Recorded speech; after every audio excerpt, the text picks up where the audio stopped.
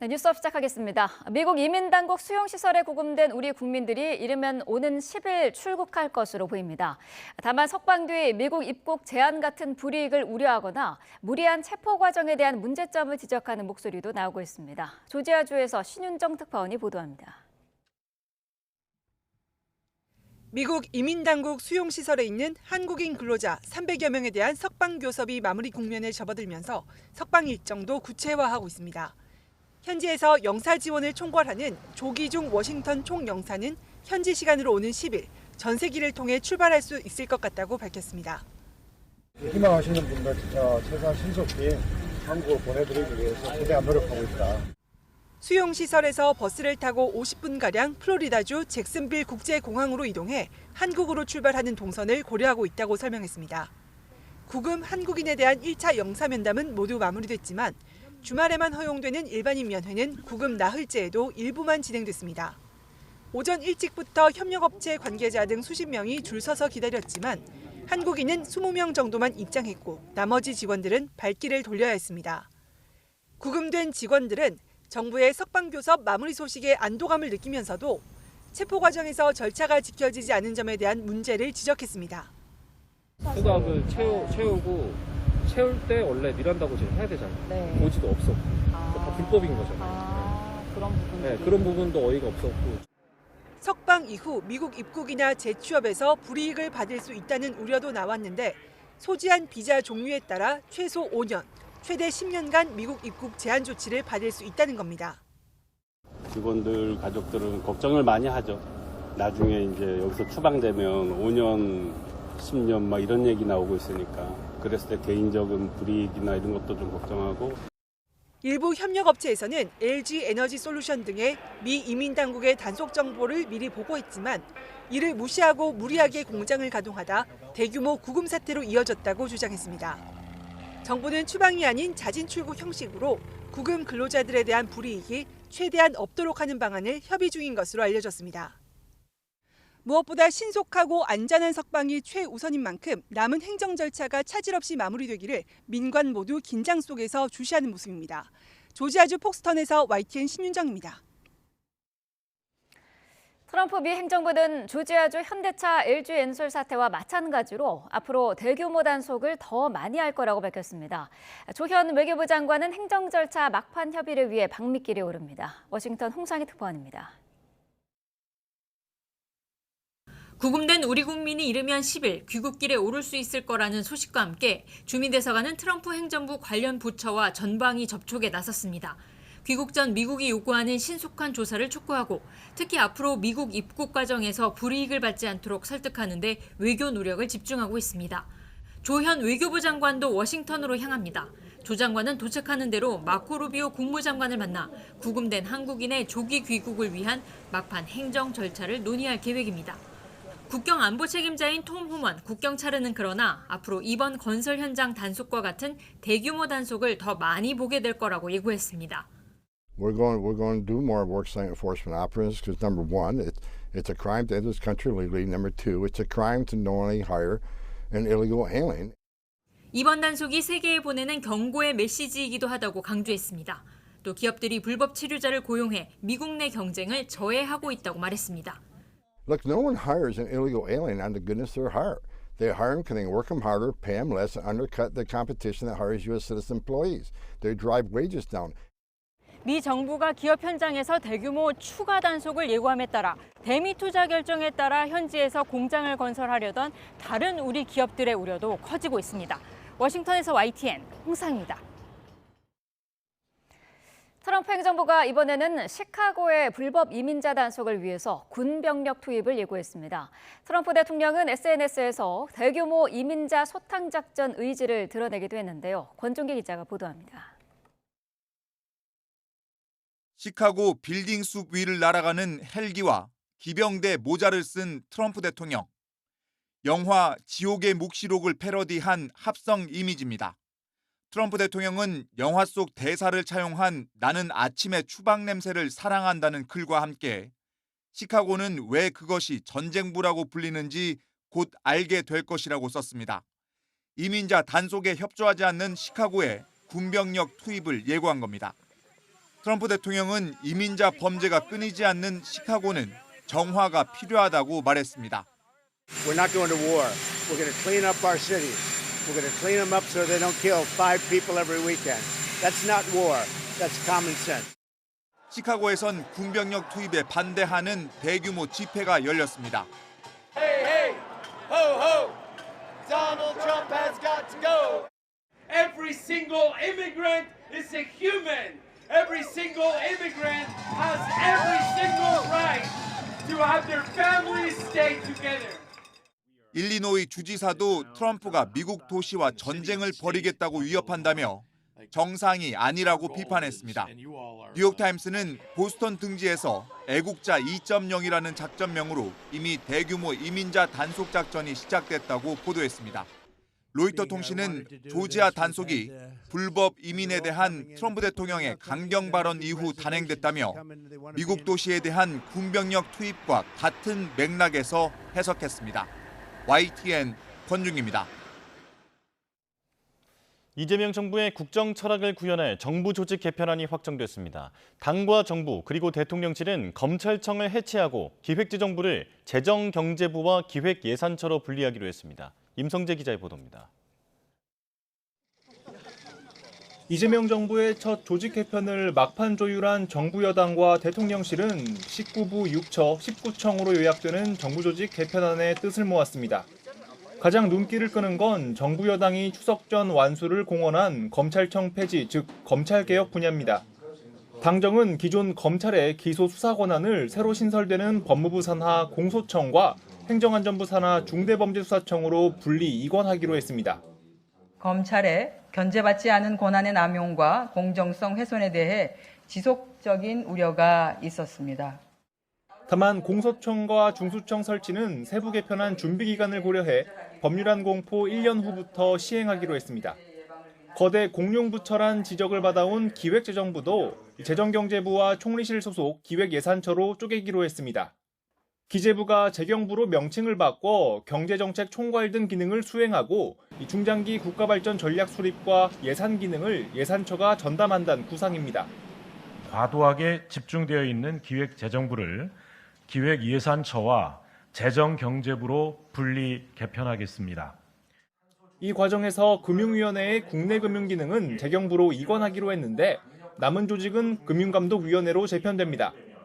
재경부와 예산처는 올해 말까지 이어지는 국회 예산정국 등을 고려해 내년 1월 2일 정식 출범할 계획입니다. 아울러 이번 정부 조직 개편에서 환경부는 확대 개편돼 산업통상자원부의 이 에너지 정책까지 맡게 됐습니다. 또 방송통신위원회가 폐지되는 대신 방송미디어통신위원회가 새로 출범해 일원화된 방송정책 기능을 수행합니다. 정부 여당은 이 같은 확정안을 담은 정부조직법 개정안을 이달 말 처리할 계획인데 오는 25일 본회의에서 의결될 가능성이 큽니다. YTN 임성재입니다. 검찰의 중대범죄 수사 기능은 이제 행정안전부 산하에 신설돼 중대범죄 수사청으로 넘어갑니다. 다만 수사 권한 집중과 수사 능력 확보 등 향후 풀어가야 할 숙제도 적지 않습니다. 이경국 기자입니다. 정부가 검찰청 폐지를 공식화한 가운데 검찰의 수사 기능은 신설될 중대범죄 수사청이 맡게 됩니다. 중수청은 행정안전부 산하에 설치될 예정인데 행안부가 이미 경찰청과 국가수사본부를 담당하는 만큼 수사 권력이 과도하게 집중되는 거 아니냐는 우려가 나옵니다. 공소청의 영장 청구권, 기소권으로 견제할 수 있다고는 하지만 수사 개시부터 종결까지 사법 통제에 공백이 발생하는 만큼 또 다른 괴물이 탄생할 수 있다는 겁니다. 중수청, 경찰, 국가수사본부가 행안부 밑에 들어가게 됩니다. 1차 수사기관들의 어떤 권한들이 집중돼 갖고 상호 인적 교류가 가능한 상태에서 어떤 문제가 발생할지 1년이라는 유예기간 동안 중수청이 충분한 수사 능력과 인력을 확보할 수 있을지도 문제입니다.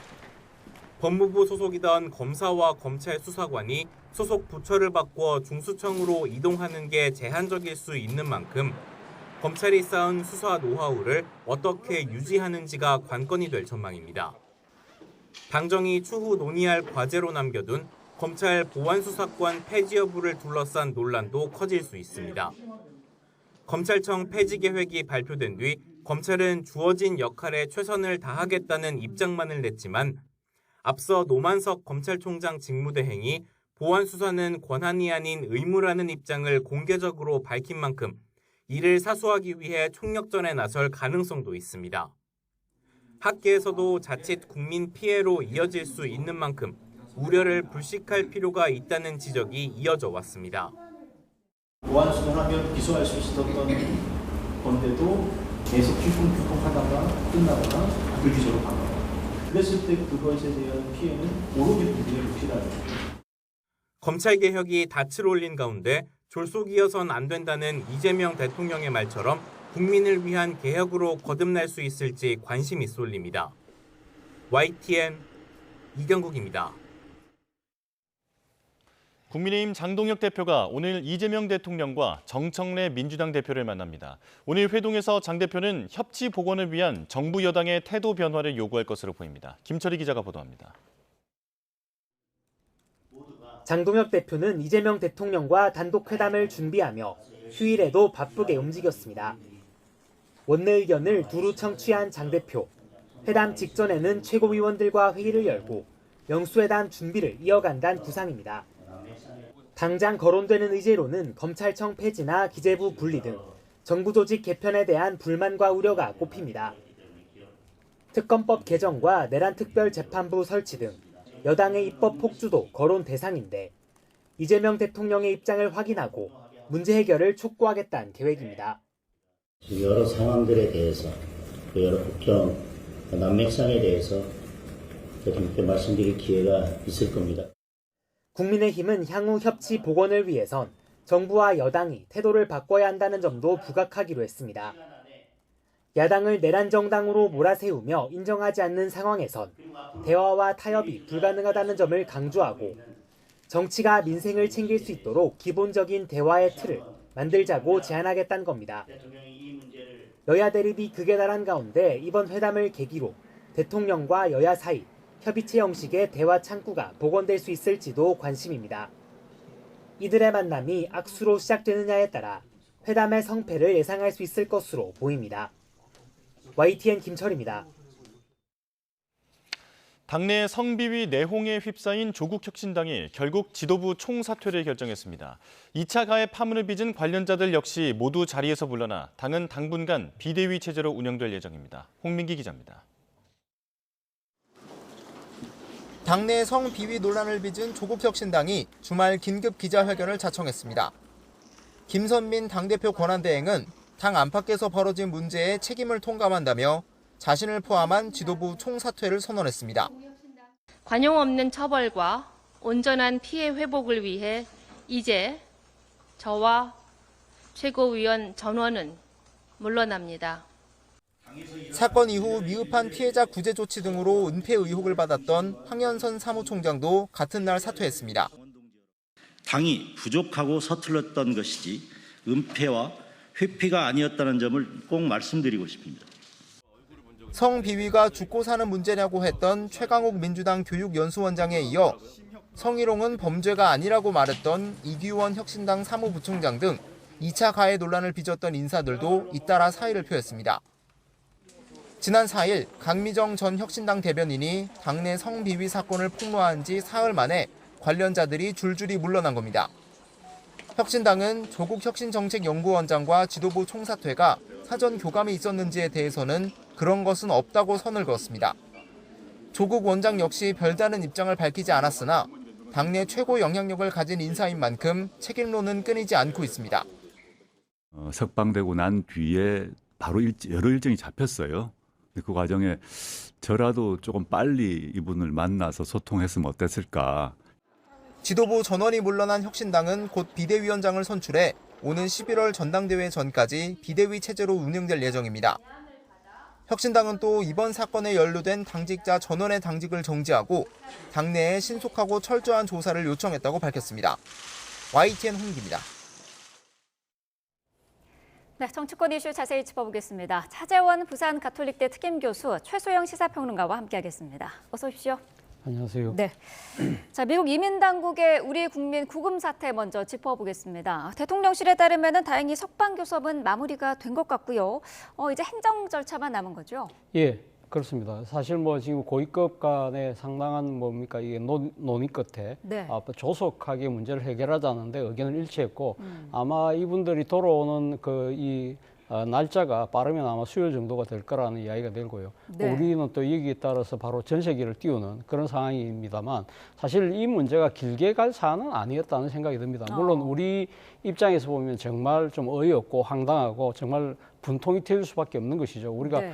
수조 원의 돈을 들여서 미국의 제조 부활을 위해서 이렇게 도와주고 있는데 어떻게 우리에게 이렇게 뒤통수를 칠 수 있느냐 이런 부분들인데 사실 이런 부분들에 대해서는 미국도 상당히 내심 당황했을 거라는 생각이 듭니다. 네. 물론 뭐 트럼프 대통령은 이번 단속이 그러니까 단속 공무원들이 할 일을 했다는 식의 입장을 표명하고 있습니다만 그럼에도 불구하고 이 한국이 이 엄청난 투자를 하고 있음에도 불구하고 결과적으로는 상당한 기대를 저버리는 그런 꼴이 된 상태고요. 그리고 이런 사안 자체가 일본 같은 경우도 지금 미국에 상당한 투자를 지금 할 생각이잖아요. 네. 이런 일본 기업들 같은 경우도 상당히 내심 긴장할 수밖에 없고 이런 부분들이 미국의 조야에서도 상당한 이 반대의 목소리가 지금 터져나온 상황이거든요. 네. 자, 그렇지만 트럼프 대통령의 올해 최대의 국정 목표 중에 하나가 불법 유민자 추방이고요. 기본적으로 자신이 설정해 놓은 목표가 올해 100만 명을 추방하는 겁니다. 그런데 그 실적을 사실 좀 채우기가 힘든 상황이기 때문에 이런 식의 무리한 단속에 대해서도 본인은 겉으로는 상당히 격려를 할 수밖에 없지만 내심으로는 본인이 지금 이야기하고 있는 것 중에 또 하나가 제조업의 부활인데 이런 식의 무차별한 단속은 문제가 있다는 생각을 했기 때문에 네. 아마 빨리 이렇게 수습에 미국 정부가 나선 것이 아닐까라는 생각이 듭니다. 네, 워낙에 그 단속 자체가 갑작스럽게 이루어졌고 결박까지 하면서 논란이 됐는데 그 과정들은 어떻게 보셨나요? 그러니까 저도 이번 국민들이 가장 놀랐던 이유가 결과, 네. 수용했다, 그다음에 뭐 진압했다, 뭐 이렇게 와서 체포했다 이거보다도 그 과정들 눈에 띄는 것들 쇠사슬로 결박한다든가 그다음에 네. 중범죄자를 다루듯이 했다든가 그다음에 미국에서 군사작전 하듯이 헬기와 장갑차까지 동원해서 그 민간 기업을 이렇게 덮쳤다든가 이런 부분들이 국민들에게 시각적으로 굉장히 큰 그 충격을 준 것 같아요. 왜냐하면 네. 말씀하신 바와 같이 미국에 이렇게 우리가 거의 뭐 정말 700조 원 가까운 투자를 하고 그다음에 실제로 미국의 요구를 거의 다 들어주고 플러스 알파까지 우리가 제공한 상황에서 이런 대우를 받는다? 이건 사실상 호혜평등의 정신에도 어긋날 뿐만 아니라 아무리 우리가 이제 뭐 미국과 동맹 관계라고 하는데 이렇게 사전에 그 통보도 없고 사후에도 통보가 없는 이런 사람 정말 이런 결례를 우리가 어떻게 받아들여야 하느냐 국민적 자존심과도 조금 연결이 된 것 같습니다. 근데 네. 저는 이제 이걸 보면서 저는 정부가 물론 빠르게 대응해서 신속하게 이제 결론을 내렸다고는 하지만 과정에서 보면은 좀 아쉬운 점들이 드는 게 일단 우리 주미대사가 공석이죠. 그다음에 아틀랜타 조지아주가 가까운 아틀랜타 총영사도 공석이고 그다음에 뭐 외교부 장관은 또 이 사태가 나자마자 뭐 필요하다면 미국에 가겠다는 좀 약간 아니한 인식을 또 보여주고 말이죠. 결국은 대통령실이 개입해가지고 이제 비서실장이 발표하는 이런 지금 상황이 돼버렸는데 네. 어찌됐건 저는 정말 이거는 그렇다면은 이제까지 이렇게 이스타 비자 같은 경우 이렇게 간편 비자로 들어가는 걸 미국이 정말 몰랐을까요? 관행적으로 해오던 것을 왜 이렇게까지 아주 정말 무도하게 이렇게 진압하듯이 이렇게 했을까라고 본다면은 저는 앞으로 이런 것들이 반복될 수 있다. 왜냐하면 우리는 선의로 대하고 우리는 미국의 요구에 다 응하지만 미국의 어떠한 경우라도 우리가 사전에 통보 없이 돌발적으로 하는 경우들이 또 앞으로 발생 안 한다는 보장이 어디 있습니까? 네. 그래서 저는 이걸 이 반면 교사로 삼아야 한다. 그러니까 각종 레벨급의 어떤 단위별로 어떤 그 협상이라든가 그다음에 소통의 창구를 계속해놔야지. 그러지 않고 이렇게 우리가 사후 약방문식으로 일이 벌어졌을 때 사후 대응하는 트럼프 대통령이 아무리 그런 그 속성을 가진 정치인이라 하더라도 우리가 늘 이렇게 불안정 속에서 경제 활동과 통상을 한다는 거 이건 매우 굉장히 우리 경제에서도 불확실성을 주는 요인이기 때문에 네.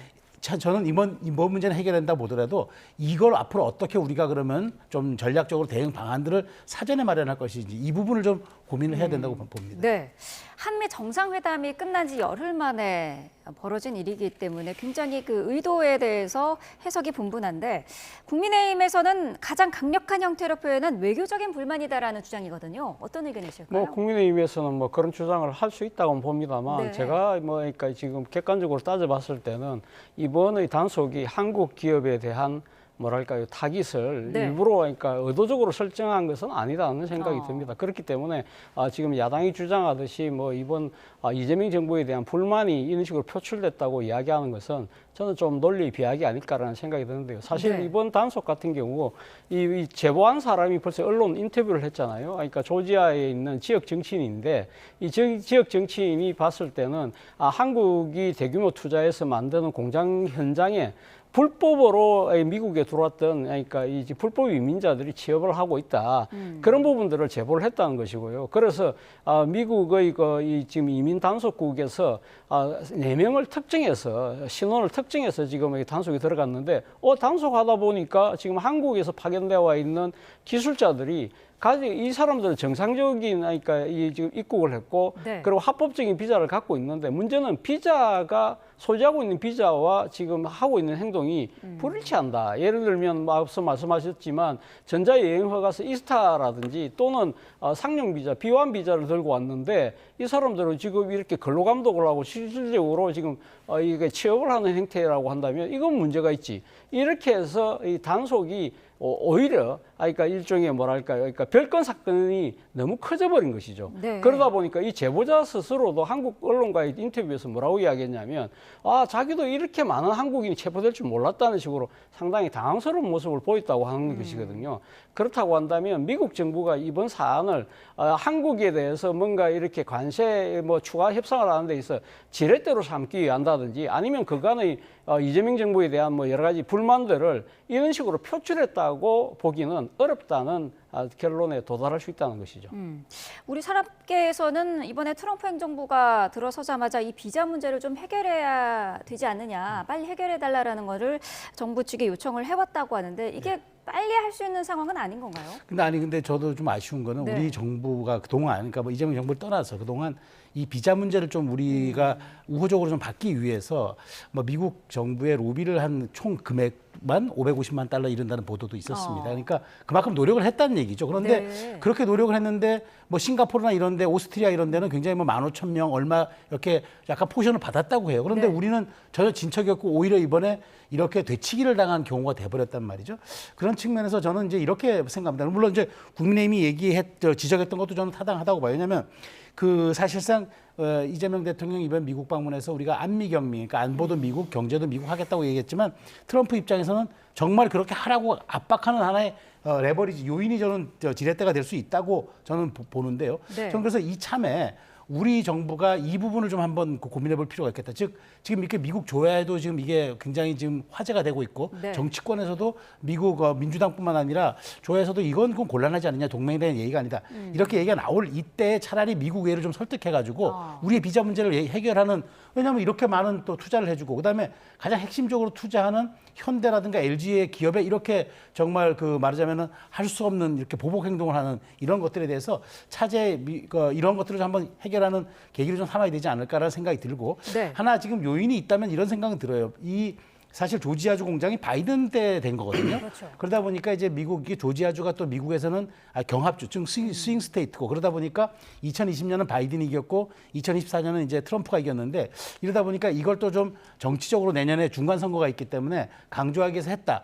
어쨌든 이런 분석도 나오지만 네. 그러니까 미국이 이러한 정치적인 이유, 어떤 자신들의 유불리에 따라서 우리 한국의 동맹국을 이렇게 다룰 수도 있다라는 또 하나 이거는 방증이 될 수 있기 때문에 저는 이번 차제에 그래서 각종 레벨의 단위급을 동원해서라도 협상도 하고 소통도 해야 되겠지만 더 중요한 거는 이 비자 문제를 이번 기회에 공론화됐을 때 네. 그리고 미국에서도 이렇게까지 가는 건 곤란하다는 어떤 조야의 이런 의견이 나올 때 저는 한번 우리 정부가 조금 더 세게 밀어붙이고 또 선물을 주는 방식이 있더라도 네. 이렇게 가야지 언제까지 우리가 이렇게 말하자면 변칙적 비자 문제로 뒤통수를 맞을 수 있는 가능성을 계속 열어놓는다. 이거는 조금 우리가 우리 정부가 지양해야 될 일인 것 같습니다. 네, 교수님께서는 어떻게 생각하세요? 지금 미국 정부는 이런 대규모 단속이 앞으로 더 있을 거라고 예고한 상황이잖아요. 더 있을 가능성이 저는 상당히 높다고 봅니다. 네. 앞서 비자 말씀하셨는데 사실은 지금 우리 이 비자 문제는요, 이 지금 어제 오늘의 문제가 아닙니다. 사실 2020년에 SK가 현지 투자한 공장에서도 비슷한 일이 벌어졌었어요. 그때 당시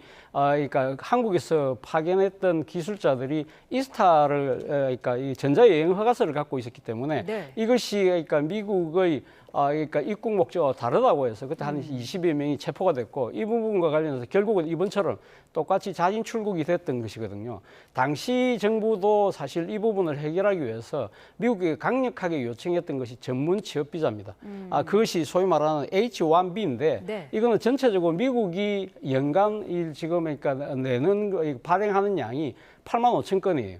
그러면 이거는 전 세계 그러니까 미국하고 교역하는 모든 나라들하고 이렇게 나눠 가지는 것인데 특히 이공계 중심으로 가기 때문에 우리처럼 이 대규모 투자를 하는 경우에는 이 비자를 받기가 하늘의 별 따기입니다. 그렇기 때문에 우리가 지금 이 계속적으로 요구했던 것이 E4 비자인데요. 네. E4 비자인데 이것은 일종의 뭐랄까요? 그러니까 이 한국을 위한 특별 비자는 셈인데 이거 같은 경우, 그러니까 E4 비자 같은 경우가 앞서 말씀하신 것처럼 오스트레일리아 같은 경우는 연간 15,000건이고 싱가포르 같은 경우는 54,000건 그리고 또 그러니까 캐나다, 멕시코는 아예 제한이 없습니다. 왜 그러느냐? 이들 나라들은 미국과와 무역협정, 자유무역 FTA를 맺을 때 이 사안을 타결을 했었어요. 그런데 우리는 미국과 이 FTA를 맺을 때 이 부분을 빼버렸습니다. 어떤 이유였는지는 모르겠지만 네. 이 전문 비자 문제가 해결되지 않은 상태에서 넘어갔기 때문에 우리는 한 장도 이 혜택을 받을 수 없었던 것이죠. 그렇기 때문에 역대 정부가 계속적으로 미국 정부에게다가 이 A4 비자의 한국의 커트를 좀 달라 네. 그 이야기를 했는데 미국의 입장에서는요 사실은 그러니까 E4 비자가 늘어난다는 것 자체가 이제 전문 기술 인력이 취업할 수 있는 자리를 빼앗긴다고 생각하기 때문에 미의회에서 반대를 하는 거예요. 그렇기 네. 때문에 미국의 연방 의원들이 우리나라를 방문할 때마다 심지어 윤석열 대통령도 미국의 연방 하원 의원들한테 E4 비자 이거 좀 해결해달라. 그래서 우리 이 출신, 우리 한국계 연방 하원 의원들이 여러 번 이 법을 발의하기도 했지만 네. 그게 쉽지 않다는 거예요. 지금 이번 사태를 계기로 해서 우리가 E4 비자 이걸 갖다가 좀 받아낼 수 있을까라고 보지만 내년이 당장 그 미국의 중간 선거입니다. 그리고 또 트럼프 대통령 입장에서 미국의 일자리를 강조하고 있는 상황이기 때문에 쉽지만은 않을 거예요. 그러나 네. 분명하게 이번 문제가 표출되는 만큼 이번에 어떤 식으로든 저는 해결의 물꼬를 터야 된다는 생각이 듭니다. 네, 어쨌든 분명한 해결책은 좀 하루빨리 필요해 보입니다. 오늘 이재명 대통령 그리고 여야 대표의 오찬 회동이 열리는데요. 이 부분도 짚어보겠습니다.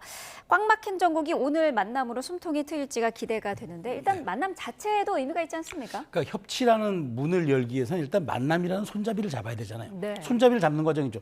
손잡이 잡지 않고 어떻게 문을 엽니까? 그런데 이제 그동안 사실 여야 대표가 보여줬던 사실 정치에 대한 인식은 거의 정말 그 벼랑 끝이었죠. 뭐 악수하지 않겠다, 얼굴도 보지 않겠다, 대화하지 않겠다였는데 대통령이 있는 자리에서의 3자 회동 당연히 악수할 것이라고 보고 사진도 네. 찍어야 되니까 아마 어쨌든 표면적으로는 화기애애할 할 겁니다. 그리고 저는 이 대통령이 장동혁 대표에게 단독 면담에 공간을 열어준 건 이거 대단히 잘한 일이다. 왜냐하면 장동혁 대표의 명분도 살려줬지만 실질적으로 두 분이 거기서 공개를 할지 비공개를 할지 어느 정도 비공개를 할지 저는 아직 모르겠습니다만 네. 그런 데 대해서 내밀한 얘기를 함으로써 사실 정치가 복원되는 거거든요. 그렇게 보이지 않는 공간에서 서로 간에 흉금을 털어놓고 신뢰 속에서 대화할 때 비로소 저는 정치가 복원될 수 있는 가능성이 열린다고 보는데 네. 그렇다면 여기서 속내 깊은 얘기를 해야 되겠죠. 그러니까 장동혁 대표 같은 경우는 실질적으로 지금 뭐 여당의 입법 복주뿐만 아니라 정치의 복원을 그럼 대통령이 어떻게 생각하고 있는지 자 그렇다면 또 여야정 협의체 같은 부분들은 또 어떻게 상설을 할지 이런 부분들을 좀 더 진솔하게 얘기하고 물론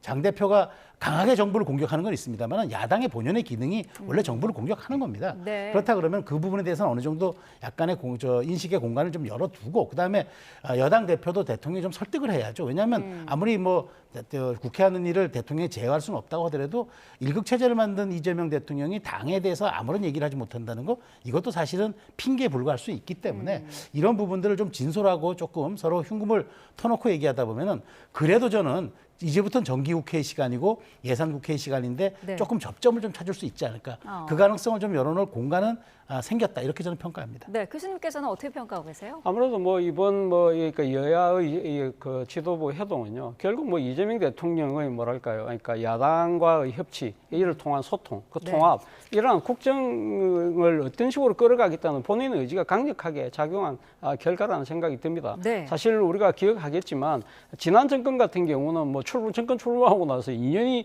넘도록 사실 뭐 야당 대표가 밥 한 끼는커녕 차 한 잔도 안 마셨잖아요. 네. 그런 불통들이 결국은 지난 정권의 조기 종식을 갖고 왔던 가장 중요한 이유 중에 하나거든요. 그런 부분들을 아마 이재명 대통령께서는 상당히 아마 반면교사로 삼고 있는 것 같고요. 네. 그리고 특히 지금 이번 한 번 회동을 통해서 어떤 구체적인 결과물을 만들어내기는 쉽지 않을 거예요.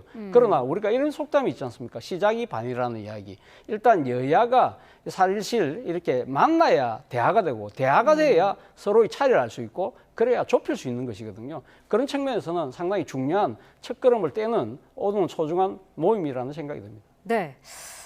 오늘 장동혁 대표도 대통령에게 검찰개혁의 속도 조절을 주문을 할 것으로 보이는데 어제 정부조직 개편안이 공개가 됐습니다. 이에 따르면 검찰청이 77년 만에 이제 폐지가 되는데 공소청은 법무부로 또 중수청은 행안부로 분리하기로 했습니다. 이거는 사실 법무부 장관도 이견이 있었던 것으로 알려진 부분인데 어떻게 평가하세요? 저는 정부안보다 결국엔 이제 민주당안이 이제 이긴 그런 상황이 돼버렸는데 네. 뭐 승패를 따지기 떠나서 어찌됐건 정청래 대표의 그 속도전과 그 다음에 수사기소 분리에 대한 대원칙이 이제 관철이 된 건데, 네. 자 그렇다면 이게 물론 이제 유예 기간은 1년을 이제 더 두고 있긴 합니다만은 저는 이게 그 선시행 후 보완을 하겠다는 이 자체가 이해가 안 돼요. 그러니까 선제적으로 조금 더 부작용들이나 어떤 나올 수 있는 어떤 그것들에 대해서 문제점을 좀 우리가 사전에 인식하고 걸러도 될 텐데 일단 시행해보고 나중에 보완하겠다. 그다음에 보완 수사권 특히 문제와 그다음에 국가수사위의 문제도 나중으로 지금 뒤로 미뤘단 말이죠. 쟁점들은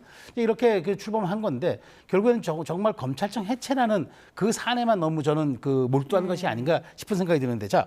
원래 그렇다면 수사기관 간에 그러면 견제와 균형이라는 게 매우 중요한 그런 것 아니겠습니까? 결국 우리가 검찰청에 힘을 빼고 분리시키는 것도 수사기관의 권한에 대한 견제와 균형이라는 차원인데 근데 공용 행안부가 돼버렸어요. 1차 수사기관 3개가 국수본, 경찰, 그다음에 이제 그 중수청까지 다 있다 그러면 이제 사실상 행안부 장관이 내치의 컨트롤 타워가 아니라 사정기관의 컨트롤 타워가 되는 겁니다. 네. 그럼 이 부분을 그럼 어떻게 제어할 건지 여기에 대한 게 없어요. 그러니까 검찰청의 힘을 빼고 법무장관의 지휘권을 조금 힘을 빼는 그것이 이제 행안부의 정말 엄청난 권한과 그 무제한급의 권력 남용으로, 그러니까 권력 집중으로 이어졌다면 여기에 대한 보완 장치는 어떻게 할지 이런 데 대한 논의가 없었잖아요. 네. 그런 측면에서 저는 너무 속도전에만 매몰된 것이 아닌가 싶은데 이 부분을 일단 당정대가 합의했다고는 하지만 저는 여기에 대해서는 조금 말하자면은 이재명 대통령이 이제 더 손 쓸 수는 없었다 하더라도 네. 보완 문제에 대해서는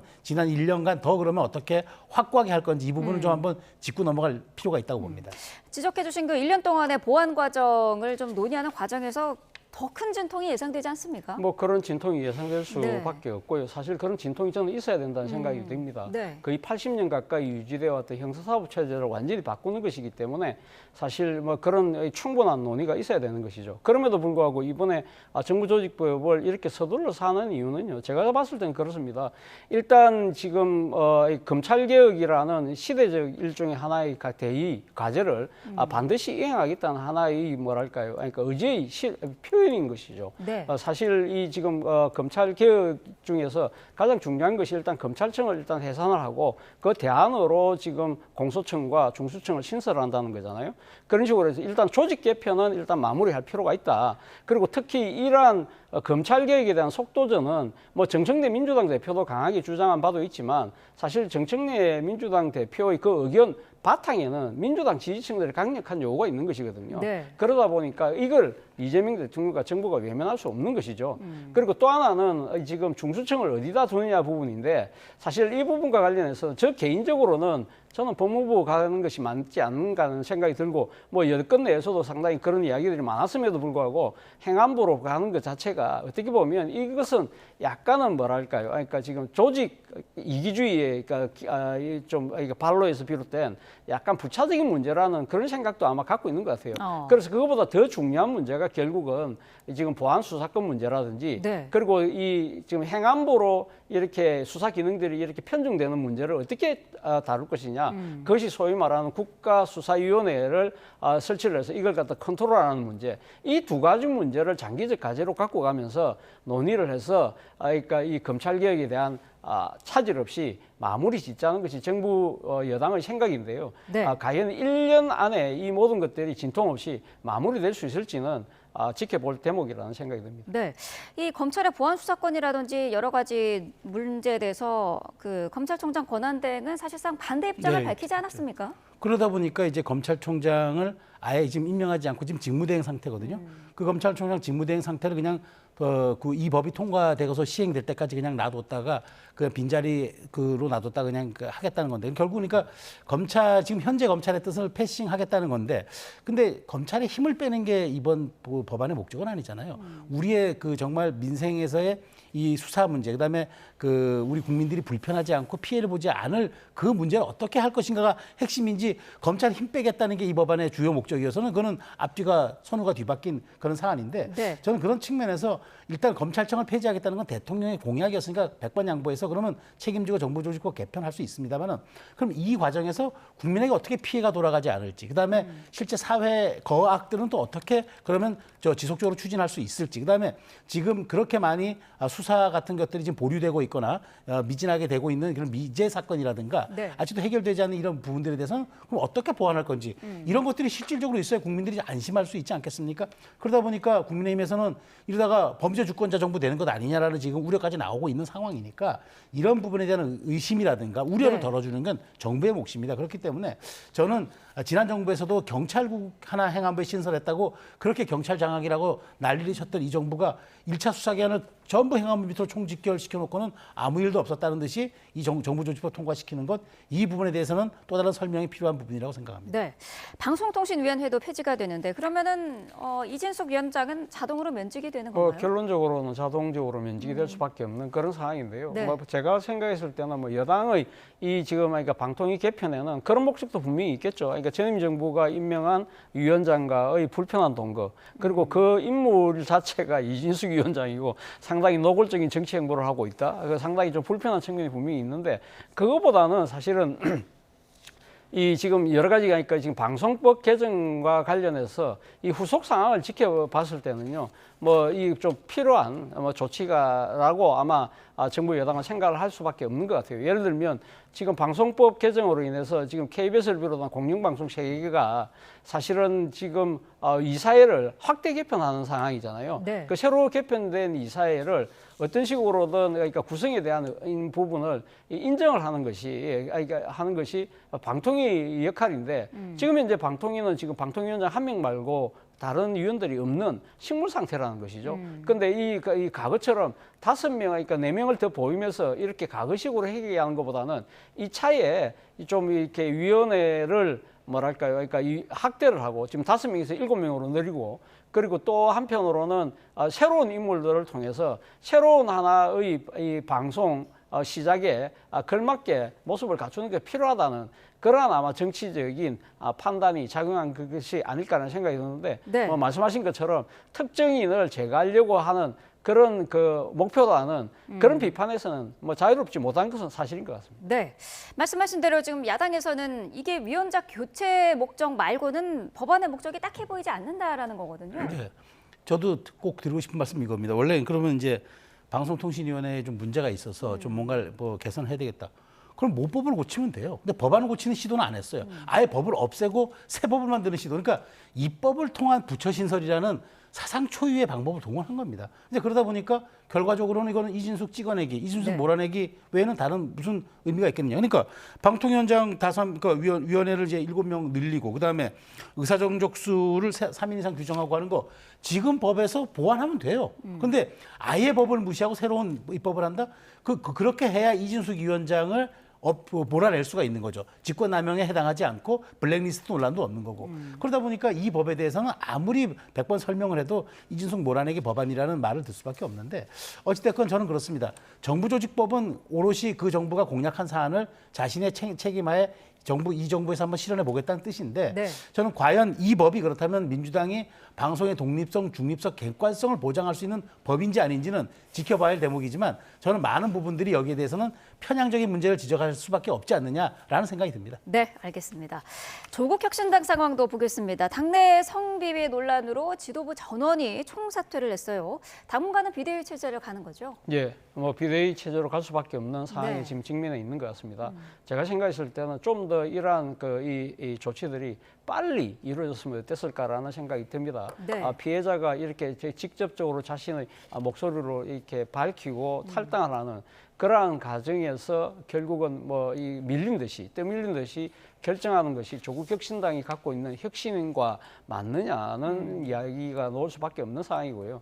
그리고 또 하나는 지금 조국 원장의 이 정치적 사면 이후에 이 문제가 또 불거졌다는 측면에서는 상당히 조국 혁신당이 좀 이렇게 더 곤혹스러울 수밖에 없는 것이고 네. 또 한편으로는 일종의 뭐랄까요, 그러니까 당사자 아닌 당사가 돼버린 조국 원장의 입장에서도 상당히 이번 이 사안 자체를 가볍게 볼 사안은 아니다. 본인 입장에서는 향후 정치적인 제기를 하기 위해서라도 반드시 넘어야 될 이 과제임에는 분명한 것 같고요. 이 부분과 관련해서는 저는 좀 이렇게 이 기존의 뭐 이런 이 관행 일종의 사고 방식을 뛰어넘는 말 그대로 그러니까 행동과 인식의 혁신을 보여줄 필요가 있다는 생각이 듭니다. 네.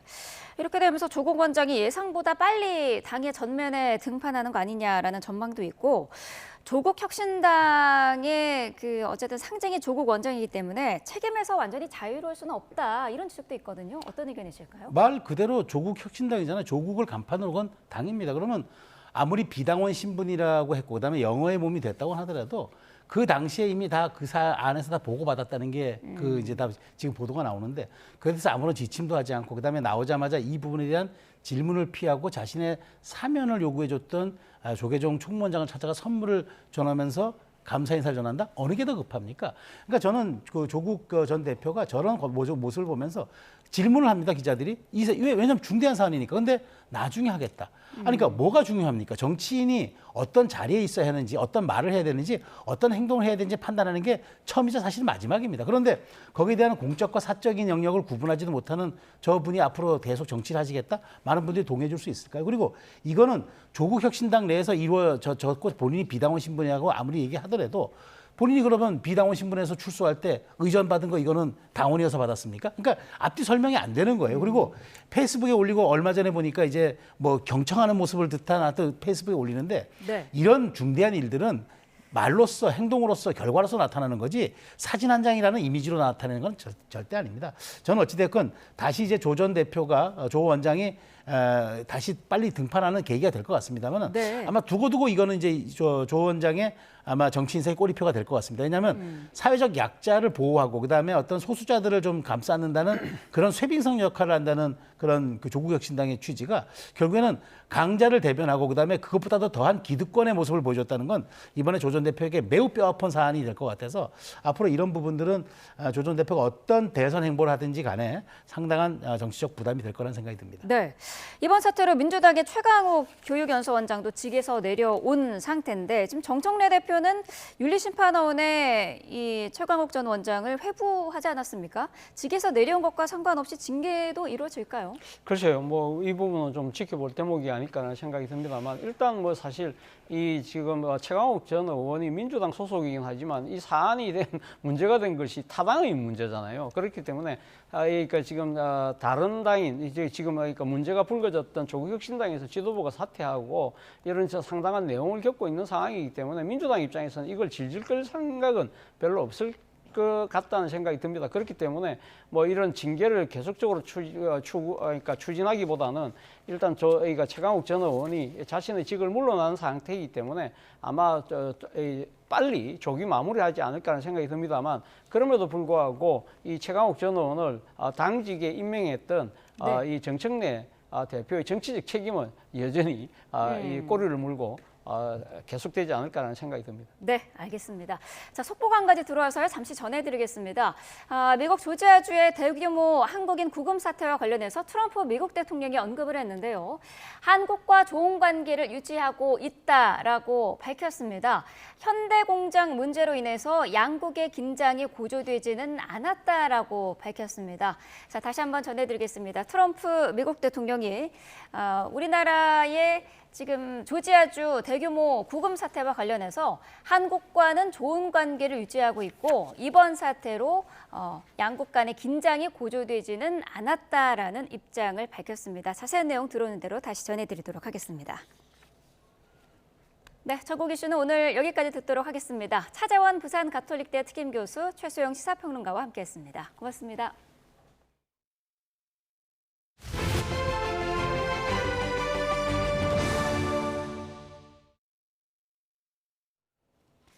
이재명 정부가 첫 주택 공급 대책으로 오는 2030년까지 수도권에 135만 가구를 공급하기로 했습니다. 한국토지주택공사 LH가 주택용지를 민간에 매각하지 않고 직접 시행하는 방식으로 공급 속도를 높인다는 게 핵심입니다. 최두희 기자입니다. 6.27 대출 규제 이후 31주 연속 오름세를 이어가고 있는 서울 아파트값. 이에 더해 내년 수도권 공급 절벽 우려가 맞물리는 상황 속에서 이재명 정부가 첫 주택 공급 대책을 내놨습니다. 오는 2030년까지 5년 동안 수도권에 135만 가구 이상 주택을 공급하기로 했습니다. 연평균으로 따지면 27만 가구인데 인허가 기준이 아닌 착공 기준입니다. 이를 위해 우선 한국토지주택공사 LH 역할을 강화해 수도권 주택 공급 핵심 역할을 맡기기로 했습니다. 수도권 공급 주요 수단인 공공택지를 민간에 매각하지 않고 LH가 직접 시행하는 방향으로 전면 전환합니다. 공공택지는 LH가 주택 용지를 민간에 매각하지 않고 직접 시행하겠습니다. LH가 직접 주택을 공급해 속도와 물량을 늘리되 개발 이익은 공공이 환수하는 체계로 바뀝니다. LH가 수도권에 보유한 비주택 용지 용도와 기능을 정례적으로 심의 재조정하는 공공택지 재구조화 제도도 도입합니다. 오랜 기간 사용되지 않고 있거나 과다 계획된 토지 용도를 전환해 2030년까지 15,000가구를 우선 확보한다는 구상입니다. 이에 더해 3기 신도시 등 수도권 주요 공공택지에서 올해 한해 5,000가구, 내년 27,000가구 공공주택 분양도 추진하기로 했습니다. LH 직접 시행을 통해 낮은 가격의 주택을 공급할 것으로 기대되지만 LH의 재무 부담이 가중될 것이란 우려도 나오는 가운데 실효성 여부를 지켜볼 필요가 있어 보입니다. YTN 최두입니다. 네, 공급 대책과 함께 대출 조이기 정책도 나왔습니다. 오늘부터 서울 강남 3구와 용산구에서는 주택담보 인정 비율 LTV 상한이 50%에서 40%로 강화되고 수도권 규제 지역 주택 매매 임대사업자의 주택담보대출도 전면 봉쇄됩니다. 1주택자의 수도권 전세대출 한도는 2억 원으로 못 받기로 했습니다. 박기환 기자입니다. 마영성 등 집값 상승세가 심상치 않은 가운데 가계대출 오름폭까지 커지자 정부가 6.27 대책 이후 2달여 만에 추가 대출 규제 카드를 빼들었습니다.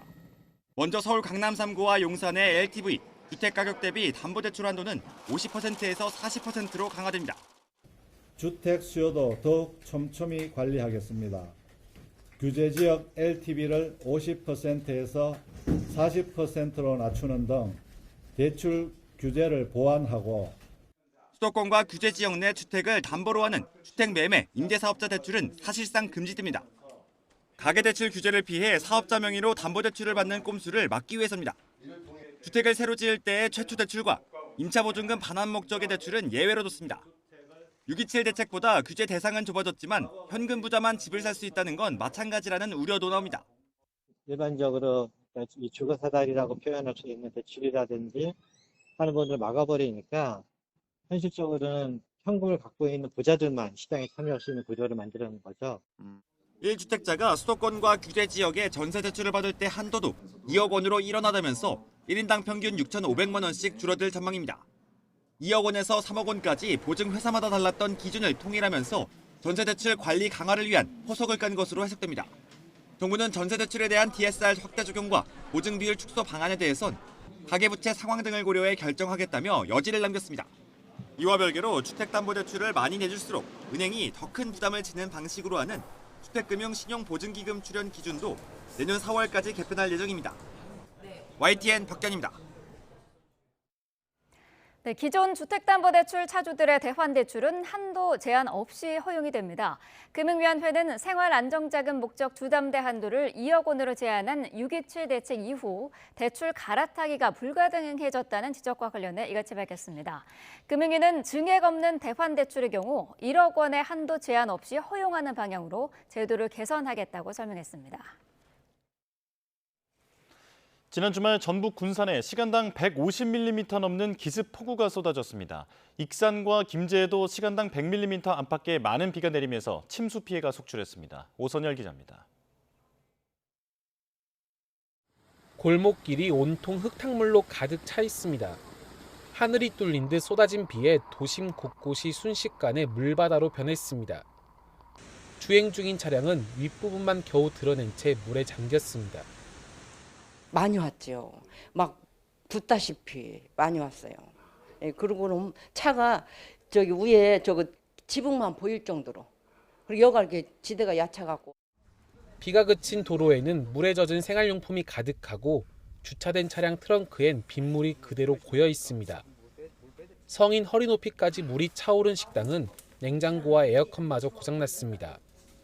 300mm 가까운 비가 내린 군산에서만 상가 30여 곳이 침수됐습니다. 밤사이 군산에선 시간당 152mm의 극한호우가 쏟아졌습니다. 지난 1968년 지역 관측을 시작한 이래 1시간 기준 최다 강수량입니다. 익산과 김제엔 시간당 100mm의 비가 쏟아지는 등 전북 지역에 비가 집중되면서 도로가 파손되거나 주택과 상가 등 100여 곳이 침수됐습니다. 복구 작업이 이어지고 있지만 후덥지근한 날씨에 전기까지 끊기면서 더디기만 합니다. 상습 침수구역 주민들은 집중호우가 내릴 때마다 반복되는 피해에 큰 불편을 호소했습니다. 작년, 재작년, 그 전에 지금 4, 5년째 지금 계속 이러고 있어요. 냉장고, 에어컨, 정수기, 이거 다 컴퓨터까지 다 베렸는데. 전북 북부 지역을 중심으로 비닐하우스와 농작물도 물에 잠긴 가운데 본격적인 피해 조사가 마무리되면 최종 피해 규모는 더 커질 것으로 보입니다. YTN 오선일입니다. 불과 2주 만에 메마른 땅으로 변해버리는 이른바 돌발 가뭄이 갈수록 잦아지고 있습니다. 폭염이 땅을 빠르게 말리면서 나타나는 현상인데 기후변화로 그 위험성이 커지고 있습니다. 극한 가뭄을 겪고 있는 강릉 역시 이런 현상으로 더욱 땅이 메말랐습니다. 김민경 기자의 보도입니다. 보통 가뭄은 오랜 기간 비가 부족해 수개월에서 길게는 몇 년에 걸쳐 서서히 발생합니다. 하지만 돌발 가뭄, 이른바 급성 가뭄은 불과 2주 만에 땅을 바싹 메마르게 합니다. 폭염이 주요 원인으로 뜨거운 열기가 땅을 빠르게 말려 단기간에 가뭄을 불러오는 겁니다. 2018년 여름, 한 달 가까이 이어진 기록적 폭염 속에 전국적으로 돌발 가뭄이 발생한 사례가 대표적입니다. 간간히 소나기가 있었지만 한 달이 채 지나기도 전에 땅이 완전히 말라버렸습니다. 이 같은 돌발 가뭄은 최근 40년 동안 꾸준히 증가했습니다. 온난화로 폭염이 강해진 데다 강수가 특정 지역에 집중돼 비껴간 지역은 폭염과 맞물려 급격히 마르는 겁니다. 이번 강릉의 극심한 가뭄 역시 호우 부족과 폭염이 맞물린 결과입니다. 여름철 폭염이 굉장히 강해지거든요. 또 하나 봐야 될 게 이제 지구온난화의 영향으로 저희가 지금 판단하고 있는 게 그 강수입니다. 강수가 굉장히 좁은 영역에서 집중호우 형태로 짧은 기간에 내리거든요. 전 세계적으로도 같은 추세. 돌발 가뭄은 우리나라뿐 아니라 동아시아에서도 뚜렷하게 증가했습니다. 문제는 이 같은 돌발 가뭄은 예측이 쉽지 않다는 점입니다. 강수량과 2, 3주간의 폭염 예측을 함께 고려해 토양 수분을 추정해야 하기 때문입니다. 기후 전문가들은 앞으로 돌발 가뭄이 더 자주, 빠르게 찾아올 거라고 경고합니다. 돌발 가뭄이 본격적으로 많아진 지가 지금 한 10년, 20년 정도 됐습니다. 기후변화 예측 시나리오에서도 이런 돌발 가뭄이 계속 강해질 거라고 이제 예측을 하고 있어요. 아마 폭염 증가하는 것만큼이나 돌발 가뭄도 위험이 계속 증가할 겁니다. 새로운 유형의 재난으로 떠오르는 돌발 가뭄. 예측 체계 개선과 대응 방안 마련이 어느 때보다 시급합니다. YTN 김민경입니다. 어제 고위당정협의회에서 검찰청을 폐지하고 새로 설치돼 중대범죄수사청은 행정안전부 산하로 하는 정부 조직 개편안이 확정됐죠.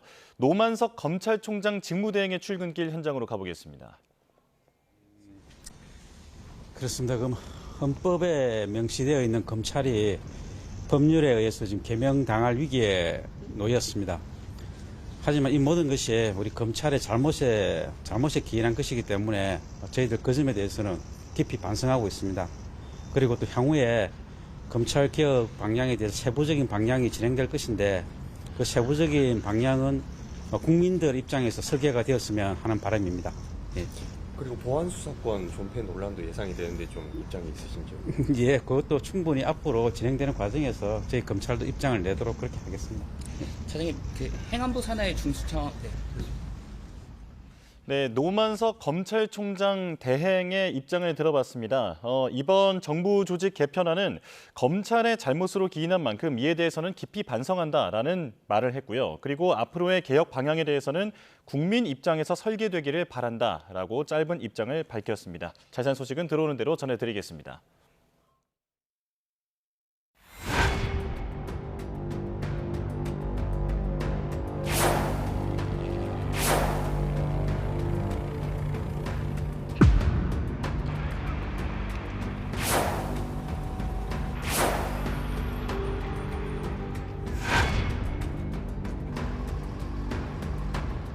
정부에서도 총력을 다해서 대응해 주시고 있는 만큼 모두의 안전하고 신속한 복귀를 위해서 최선을 다하도록 하겠습니다.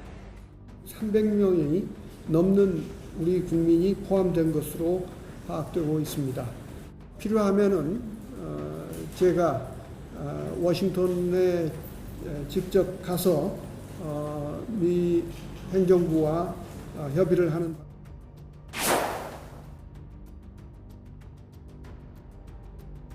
구금되어 있는 근로자들의 석방 교섭이 마무리되었습니다. 다만 행정 절차만 남아있고 이 행정 절차가 마무리되는 대로 전세기가 우리 국민 여러분을 모시러 출발합니다.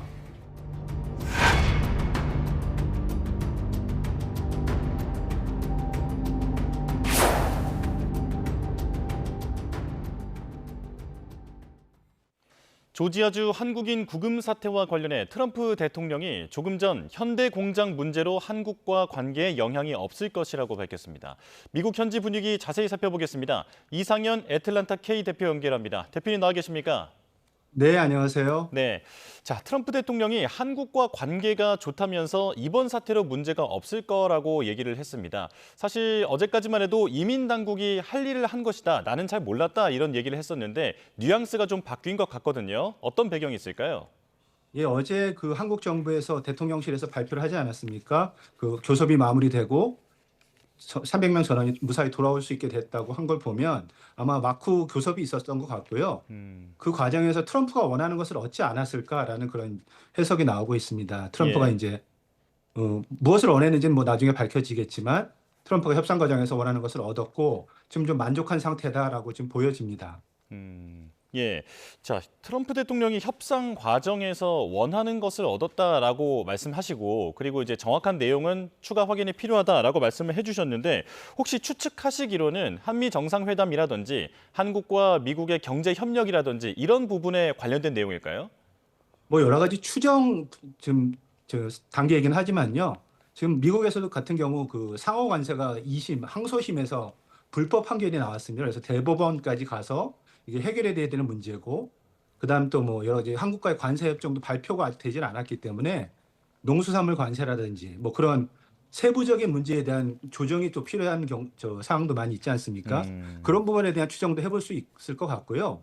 또 지난번에 한미 정상회담 직전에 뭐 갑자기 한국에서 숙청이 이루어지고 있다라는 식으로 해가지고 한국 정치에 무슨 개입하려는 모양새를 취한 적이 있었는데 이번에도 아마 그런 의도가 숨어 있지는 않을까라는 그런 뭐 분위기도 좀 감지가 되고 있습니다. 예, 어떤 계산에 따른 포석일 수도 있다라는 그런 해석이신데요.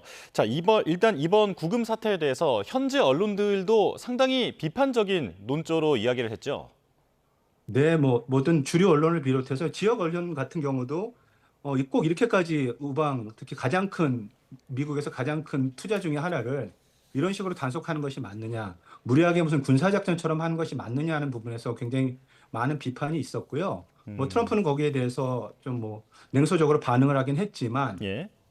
이렇게 해서 누가 미국에 투자를 하겠느냐라는 그런 분위기가 이제 대기업도 또 공화당 내부에서도 그런 얘기가 나오고 있는 것이 사실입니다. 예. 자, 이제 현지 시간으로 오는 10일 아마도 이 구금된 한국인 300여 명이 한국행 전세기를 탈 것으로 보이는데 잘 해결됐다라고 봐야겠습니까? 미국으로서는 가장 얻고 싶은 것을 얻었다고 볼 수 있고요.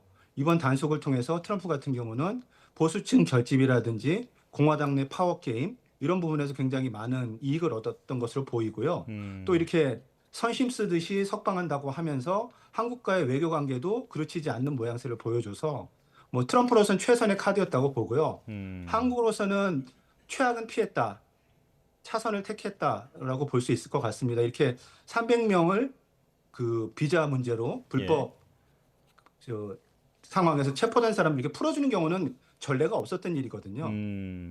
그러니까 한국 정부로서도 최악은 피하고 외교적인 성과를 거뒀다, 이렇게 평가를 해볼 수 있을 것 같습니다. 예, 이 출국 형식도 중요할 텐데 자진 출국과 추방은 그 향후에 미국에 다시 입국할 수 있느냐 없느냐 문제까지도 걸려 있는 문제잖아요.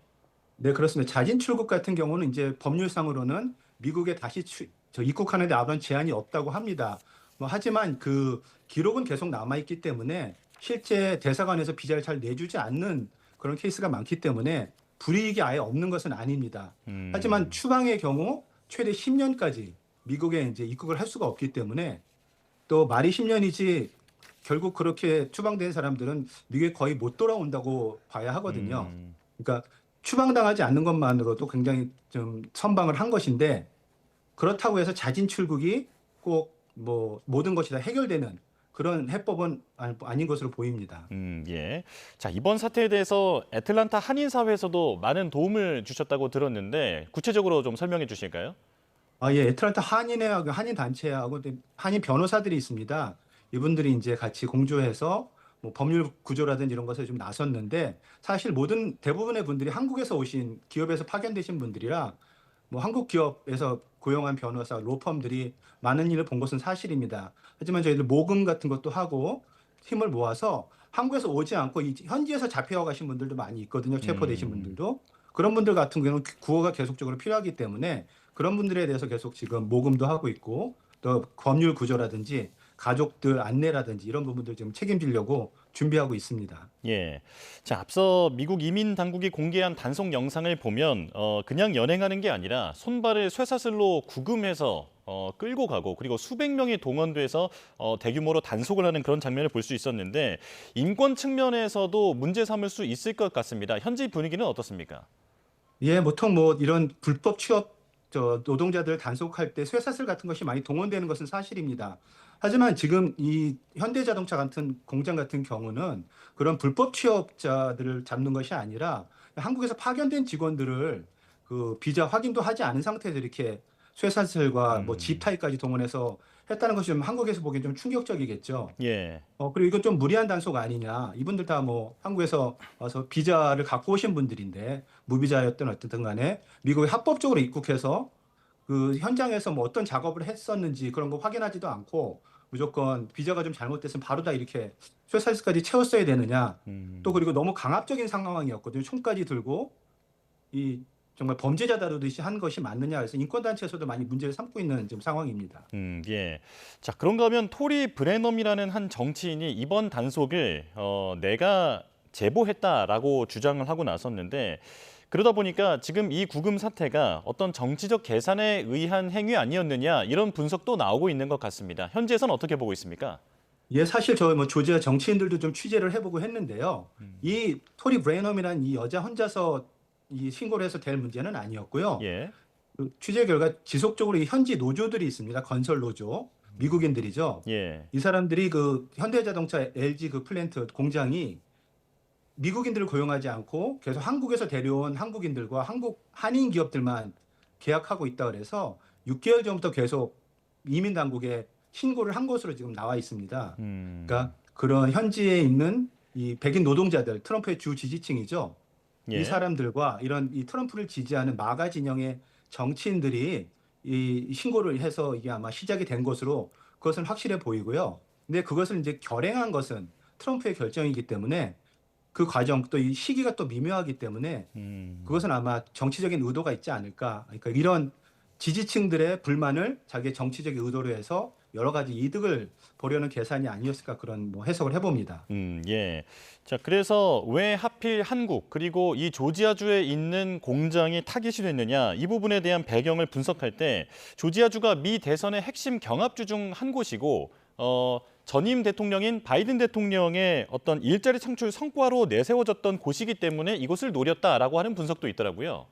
뭐 그렇게 볼 수도 있겠는데요. 여기서 현지에서 보기에는 이 조지아 공장을 유치한 브라이언 캠프 조지아 주지사가 트럼프에게는 그에게 눈의 가시 같은 사람입니다. 공화당 내에서도 비마가 세력이라고 볼 수 있고요. 트럼프와 계속 각을 세워왔고 트럼프의 선거 부정 문제에 대해서 트럼프 선을 들어주지 않았거든요. 그리고 무엇보다 이 캠프가 2028년에 대선에 출마한다는 지금 소문이 있습니다. 그래서 아마 공화당 내의 파워 게임에서 이 비마가 진영을 좀 견제하는 그런 효과도 거둘 수 있고, 뭐 아까 말씀하셨던 대로 바이든 정부의 핵심 사업에 좀 이렇게 좀 초를 치겠다라는 그런 의도도 좀 해석이 있고요. 하지만 결국은 이제 지지층들을 결속시키고 또 자기 공화당 내에서 아직은 내가 왕이다라는 걸 보여주기 위한 그런 목적도 있지 않았을까 그렇게 보입니다. 예. 일각에서는 이 공장 자체 문제다라고 하는 얘기도 있는데 간간히 보도가 나왔습니다만 이 공장에서 산업재해 문제가 반복된 것이 원인이 됐다라고 하는 분석도 있더라고요. 어떻게 보십니까? 예, 그 문제 이제 공장 자체 문제에 대해서도 굉장히 현지 언론에서도 많이 보도가 됐습니다. 이제 실제 숫자를 보더라도 130개 업체랑 계약을 했어요. 건설 과정에서 현대 LG 공장이 그 가운데 그 현지 업체는 12개 업체밖에 없었다는 겁니다. 그러니까 나머지 100개가 넘는 업체들 다 한국계 업체들로 고용을 했다고 문제가 생겼었고요. 그다음 이제 그 뭐 벌써 3명이 사망을 했고 수십 명이 부상을 당했습니다. 이 미국에서는 좀 찾아보기 힘든 예거든요. 그러니까 이런 그 이 취업에서 제외된 그 뭐 노동자들의 불만에 이런 지역 주민들 문제 그리고 또 물 수자원 문제가 또 많이 걸려 있었습니다. 예. 현대자동차 공장에서 굉장히 많은 물을 쓰기 때문에 수자원 문제 고갈 때문에 환경단체의 지금 갈등도 있었거든요. 그래서 그런 여러 가지 문제를 안고 있던 중에 이런 사건이 터져서 아마 회사 측의 문제가 전혀 없었다라고 보긴 좀 힘들 것 같습니다. 예. 자, 이번 사태 근본 원인으로 보면 사실 비자 문제가 가장 핵심적일 것 같은데 지금 미국 당국은 우리 근로자 300여 명이 단기 방문 비자로 이렇게 취업 활동을 한 것은 이 체류 목적에 부합하지 않는다라고 얘기를 하는데 이 부분이 타당성이 있는 지적이죠. 그건 좀 해석에 좀 따라서 다른 결론이 나올 수도 있을 것 같습니다. 예. 뭐 제가 여기 이민 변호사들을 여러 명 취재해 본 결과 비비자를 가지고도 미국에 와서 한국에서 파견됐을 경우 한국에서 임금을 받는 경우에는 현장에서 그 설비를 설치할 때 감독이나 지시 같은 거, 교육 같은 것은 할 수 있는 것으로 보입니다. 그런데 이제 그 현장에서 체포됐던 분들이 작업을 하다 체포된 분들인지 아니면 그런 지시를 하기 위해서 또 현장을 둘러보기 위해서 갔는지는 아무도 모르는 상황 아닙니까? 그래서 아마 그런 것들을 따지지 않고 잡아간 것 자체는 미국 그 비자 규정으로 봐서도 문제가 될 수 있을 것 같고요. 모두를 다 불법이라고 또 몰아붙이기에는 또 조금 애매한 부분이 있습니다. 근데 뭐 그것을 판단하는 것은 미국 이민국이니까 뭐 그쪽에서 그렇게 말한다면 뭐 저희가 무슨 상소를 하거나 그럴 수는 없겠죠. 예. 사실 이제 위반은 위반이다라는 얘기가 더 많았었던 것으로 보이는데 지금 대표님 말씀으로는 이것도 충분히 현지에서는 해석의 여지가 남아 있는 것으로 그런 분위기가 좀 읽히는 것 같네요. 근데 이제 300명이라는 숫자가 굉장히 중요한데요. 그 300명이 모두 그런 목적을 가지고 갔을 리는 없을 거라는 거죠. 전부 다 그런 그 합법적인 상황은 아니었던 것 같고요. 하지만 억울하게 잡혀가신 분들도 분명히 있을 수 있다는 얘기를 드리고 싶은 겁니다. 예. 자, 사실 이게 편법 또는 관행상 이루어졌던 부분으로 지적되어 왔던 얘기입니다. 어제 오늘 얘기는 아닌 내용인데요. 자, 그렇기 때문에 이렇게 미국에 대한 대규모 투자까지 이루어지는 상황에서 정부가 이런 비자 문제 같은 것을 사전에 해결해주는 이제 그런 선제 조치가 있었어야 하는 것 아니냐라는 비판이 나오는데 어떻게 보십니까?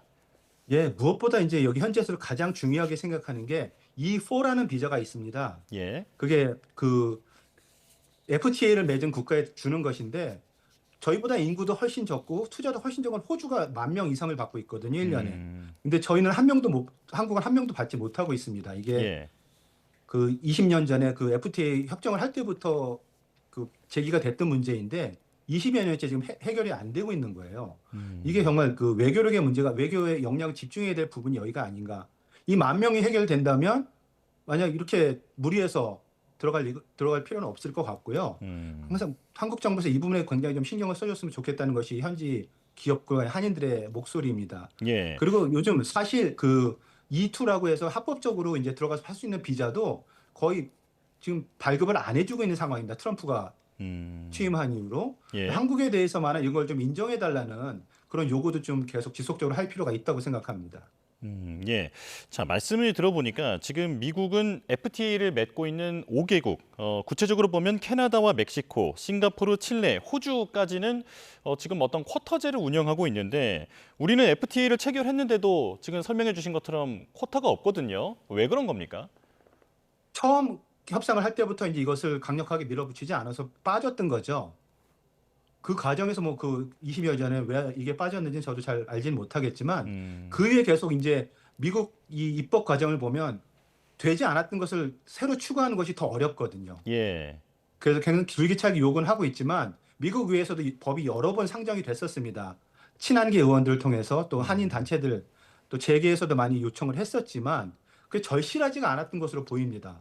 이 부분에 총력을 기울였다면 이렇게 20여 년까지 지나도록 이게 해결되지 이렇게 않았을까 하는 그런 의문이 있고요. 지금이라도 늦지 않았으니까 앞으로도 이제 계속 조선업이라든지 반도체 공장 같은 곳에 투자가 많을 텐데 그 전에 투자를 하기 앞서가지고 정부와 재계가 좀 힘을 모아서 이 부분에 입법을 먼저 하는 것이 저는 우선이라고 생각합니다. 예. 자, 이번 사태를 계기로 이참에 비자 관련 문제를 근본적으로 좀 바로잡을 수 있는 가능성도 있습니까? 일단 미국에서 이제 앞으로 이것에 대해서 더 옥죄겠다는 지금 입장이거든요. 그러니까 당장 풀릴 것 같지는 않습니다. 뭐 국경 차르가 말했듯이 앞으로 더 이런 단속을 더 많이 보겠다고 하지 않았습니까? 예. 그러니까 앞으로 단속은 계속 이어가겠지만 결국 트럼프하고는 협상의 문제인 것 같습니다. 트럼프가 원하는 것을 저희가 듣고 서로 이제 협상을 해서 저희가 원하는 것이 만약 이것이라면 이것을 좀 최우선 과제로 밀어붙인다면 해결될 수도 있지 않을까. 트럼프의 지금까지의 그런 지금까지 관행을 보면 그래서 이 문제에 대해서 좀 심도 있게 논의가 좀 이루어졌으면 좋겠습니다. 예, 알겠습니다. 이번 사태가 한미 양국의 경제 협력에도 상당히 많은 영향을 줄 것으로 보이는데요. 자, 여기까지 말씀 듣겠습니다. 이상현 애틀랜타 K 대표와 함께했습니다. 고맙습니다. 네, 감사합니다. 자, 다음 소식입니다. 더불어민주당 정청래 대표가 오늘 낮에 대통령과 회담을 앞두고 검찰청 폐지 등 정부 조직 개편안 등 개업 입법을 논의합니다. 당 최고위원회의로 가보겠습니다. 공수처과 중수청이 신설됩니다. 두 기관은 법무부와 행안부 산하에 따로 두어 상호 견제와 균형 속에 운영되도록 설계했습니다. 더 이상 독점적 권력으로 국민 위에 군림하지 못하게 될 것입니다. 이제 중요한 것은 실천입니다. 이달 말 검찰개혁을 포함한 정부조직법을 반드시 본회의에서 처리하도록 하겠습니다.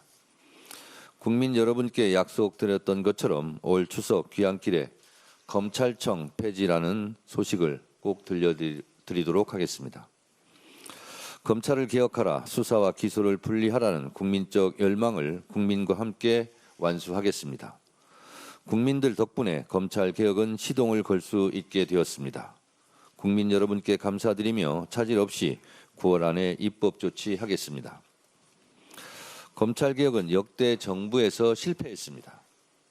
검찰개혁이 성공한다면 그것은 오롯이 이재명 대통령의 강력한 검찰개혁 의지와 정치적 결단 덕분입니다. 이재명 대통령의 공입니다. 대통령이 결단이 없었으면 불가능한 일입니다.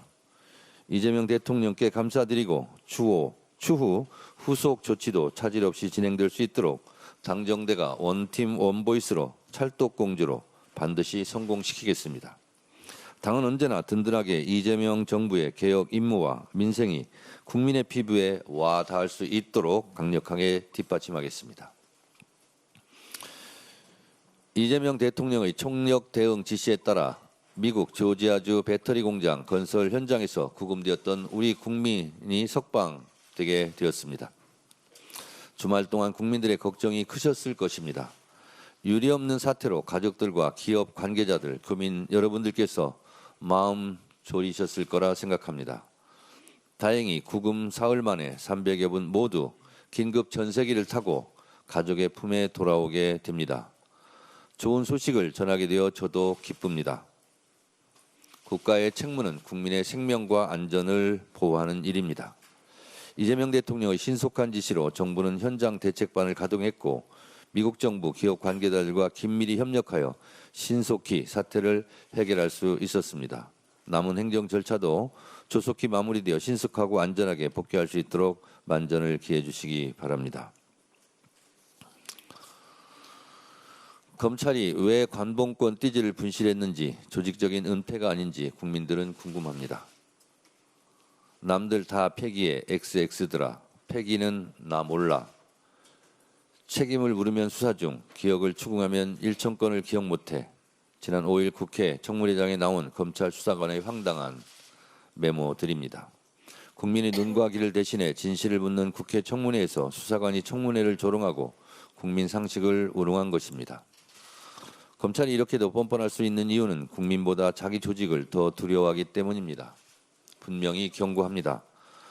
검찰은 국민을 위한 기관이지 검찰의 기관이 아닙니다. 제 식구를 감싸기 위해 진짜 주인까지 배반하겠다는 오만방자한 태도는 검찰개혁이 절실하다는 방증일 뿐입니다. 검찰개혁은 검찰이 스스로 촉진하고 있습니다. 이재명 대통령 역시 부실 수사 가능성을 지적하며 상설특검 등 방안을 검토하라고 지시했습니다. 이제 필요한 것은 국민이 납득할 수 있는 철저한 진상규명입니다. 더불어민주당은 상설특검을 비롯한 독립적인 수사 방안을 검토해 은폐된 진실을 밝혀내겠습니다. 국민 앞에 낱낱이 진실이 밝혀질 때까지 긴장의 끈을 놓지 않겠습니다. 최강욱 전 교육연수원장과 관련해 피해자와 국민들께 심려를 끼쳐드린 점에 대하여 더불어민주당을 대표해서 당대표인 제가 진심으로 사과드립니다. 윤리심판원에서 적절한 조치를 취할 것입니다. 앞으로 이런 일이 발생하지 않도록 당의 기강을 확립하겠습니다. 다음으로 김병기 원내대표의 발언이 있겠습니다. 네, 정청래 민주당 대표의 발언 듣고 왔습니다. 검찰청 폐지를 포함해서 정부 조직 개편안을 이달 말 본회의에서 반드시 통과시키겠다라고 얘기했습니다. 그리고 관봉권 띠지 분실 사건과 관련해서는 상설특검 등의 방안을 검토하겠다고 밝혔고요. 마지막으로는 최강욱 전 교육연수원장의 2차 가해 논란에 대해서는 당대표로서 사과한다라고 밝혔습니다. 자, 자세한 소식은 이어지는 뉴스에서 전해드리겠고요. 그리고 이번에는 국민의힘 회의로 가보겠습니다. 장동혁 대표가 오늘 낮 대통령과 회담을 앞두고 의제와 전략을 논의합니다. 당 최고위원회의 현장 연결하겠습니다. 미국에 구금된 우리 근로자들에 대한 석방 협상이 진행되고 있습니다. 조속하게 마무리돼서 모든 근로자들이 하루빨리 아무런 불이익 조치 없이 한국에 돌아올 수 있기를 기대합니다. 그리고 대통령이 직접 나서서 이 문제를 조속히 해결해 주실 것을 다시 한번 촉구합니다. 그리고 이 문제를 단순히 법적 문제나 해당 기업의 문제로 돌리는 것은 결국 이 문제에 대한 근본적인 해결이 되지 않을 것입니다. 한미 관세 협상에 따라서 우리는 엄청난 규모의 미국 투자를 해야 되는 상황입니다. 이런 법적인 근본적인 문제가 있다고 하는 것은 이미 예전부터 누구에게나 다 알려진 사실입니다. 그러나 정부는 방치하고 있었고 지금 그 후폭풍을 맞고 있는 것입니다. 이 문제에 대해서 근본적인 해결을 하지 않는다면 앞으로 투자를 해야 될 기업, 그리고 지금 미국 내에 있는 한국 기업들은 공포에 휩싸일 수밖에 없습니다. 따라서 지금 미국에 구금된 근로자들의 안전한 귀국 조치를 하는 것은 성과가 아니라 필요 최소한입니다. 정부가 앞으로 있을 대미 투자에 대비해서 근본적인 대책을 수립해야 할 것입니다. 오늘 대통령과의 회담이 예정되어 있습니다. 취임 100일을 앞둔 시점에서 대통령이 여야 지도부와 대화의 물꼬를 튼 것에 대해서는 의미 있게 생각합니다. 그러나 변화가 없다면 만남은 의미가 없습니다. 지금 대한민국에는 대통령은 보이지 않고 특검만 보입니다. 국회에는 더불어민주당만 보입니다.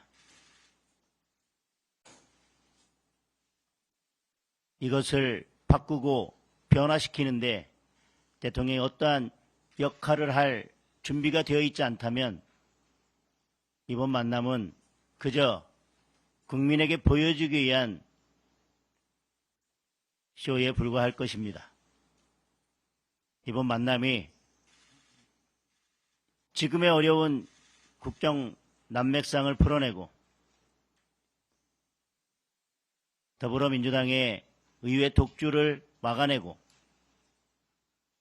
정치특검의 무도한 수사를 막아내는데 대통령이 역할을 할 수 있는 계기가 되기를 바랍니다. 그런 의지와 변화에 대한 의지가 있어야 이번 만남이 국민들께 의미 있는 만남으로 비춰질 것입니다. 이상입니다. 네, 국민의힘 장동혁 대표 발언 듣고 왔습니다. 한국인 구금 사태와 관련해서는 정부가 제도적 문제를 방치하고 있다라고 비판을 했고요. 그리고 오늘 이 대통령과의 회담을 앞두고 대화의 물꼬를 튼 것은 의미가 있다면서도 향후 관계 변화가 없다면 이 만남은 의미가 없을 거다라고 강조했습니다. 자, 곧 정리해서 전해드리겠고요. 이번엔 증시 개장 상황 보겠습니다. 코스피와 코스닥이 소폭 상승 출발했습니다. 코스피는 0.15% 오른 3,209.81포인트로 개장했습니다. 그리고 코스닥은 0.55% 오른 815.9포인트로 개장했습니다. 원달러 환율은 2.5원 내린 1,388.5원으로 개장했습니다. 증시 소식도 들어오는 대로 전해드리겠습니다. 가을의 문턱에서 오늘 아침 공기는 한결 선선합니다. 오늘 서울 아침 기온이 20도 안팎에서 시작해 어제보다 4도 정도 낮게 출발했고요. 지금은 22도 정도 보이고 있습니다. 한낮에는 30도를 밑돌며 어제와 비슷한 수준 보이겠습니다. 오늘 서울과 광주, 대구 등 낮 기온은 29도까지 오르겠습니다. 현재 남해안과 제주에는 폭염특보가 이어지고 있지만 북쪽에서 차고 건조한 공기가 들어오면서 폭염특보는 차츰 해제되거나 완화되겠습니다. 지금은 제주에만 산발적인 비가 내리고 있지만 비는 오전 중 호남과 경남에, 오후에는 경북으로 확대되겠습니다. 내일까지 전남 남부와 제주도에 최고 100mm 이상, 경남 남해안에도 최고 80mm 이상의 많은 비가 오겠고요. 특히 밤부터는 전남과 제주도를 중심으로 시간당 30mm 안팎의 강한 비가 예상됩니다. 지난 주말 동안 기록적인 호우가 쏟아진 만큼 추가 피해 없도록 각별히 주의하셔야겠습니다. 남은 한 주도 아침에는 선선하겠지만 한낮에는 늦더위가 계속되겠고요. 이번 주 토요일에는 전국에 비가 내릴 전망입니다. 오늘부터 달의 인력이 강해지면서 이 해수면의 높이가 점차 높아지는 시기입니다. 만조시 해안가나 또 저지대에서는 침수 피해 발생하지 않도록 안전사고에 각별히 주의하시기 바랍니다. 지금까지 YTN 정수현입니다. 네, 뉴스업 월요일 순서 마칩니다. 내일 다시 뵙겠습니다. 고맙습니다.